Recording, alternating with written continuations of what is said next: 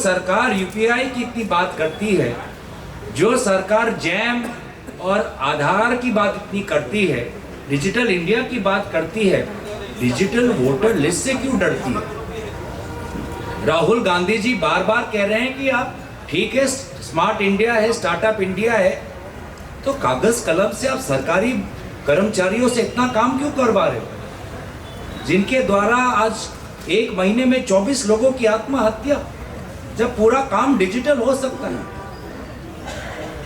Fraud, fake, सब कुछ खत्म हो सकता है। हमने आधार क्यों किया? अगर आज के तारीख पे हम वोटर लिस्ट में कोई ब्राजीलियन मॉडल का नाम हम देख रहे हैं 100 बार आ रहा है, उसके नाम पर वोट भी पड़ रहे हैं। चुनाव की वोटर लिस्ट राहुल गांधी जी दिखा रहे हैं और डिजिटल वोटर लिस्ट करने के लिए ये झिझक रहे हैं। तो हमारी मांग स्पष्ट है कि अगर केंद्रीय निर्वाचन आयोग थोड़ा सा भी अपने रेप्यूटेशन को लेकर चिंतित है, लोगों के बीच में उनके विश्वास को लेकर अगर चिंतित है, तो आने वाले विधानसभा चुनावों में डिजिटल वोटर लिस्ट जारी करे, मशीन रीडेबल वोटर लिस्ट जारी करे। बिहार को सत्ता आएगी, सत्ता जाएगी, निर्वाचन आएंगे, निर्वाचन चले जाएंगे, लेकिन भारत वासियों का जो विश्वास केंद्रीय निर्वाचन आयोग पर एक जमाने में था, बिहार निर्वाचन के बाद उस विश्वास में ऐतिहासिक गिरावट हुई।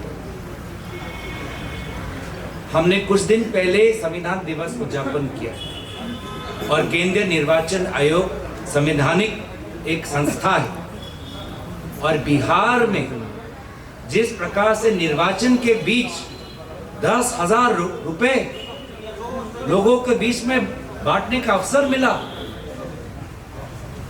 इस प्रकार का चुनाव आयोग का अगर कार्रवाई रहेगा, लोगों का विश्वास और गिरता रहेगा।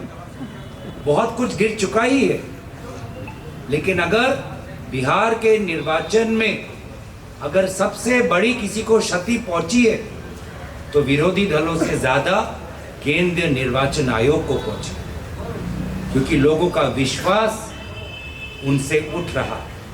और इसलिए मेरी मांग ये है कि भारत पूरी विश्व का आईटी हब है। हमारे भारत के वासी गूगल के सीईओ हैं, माइक्रोसॉफ्ट के सीईओ हैं, बड़े बड़े देशों के बड़े बड़े कंपनियों की पूरी आईटी टेक्नोलॉजी हम संभालते हैं।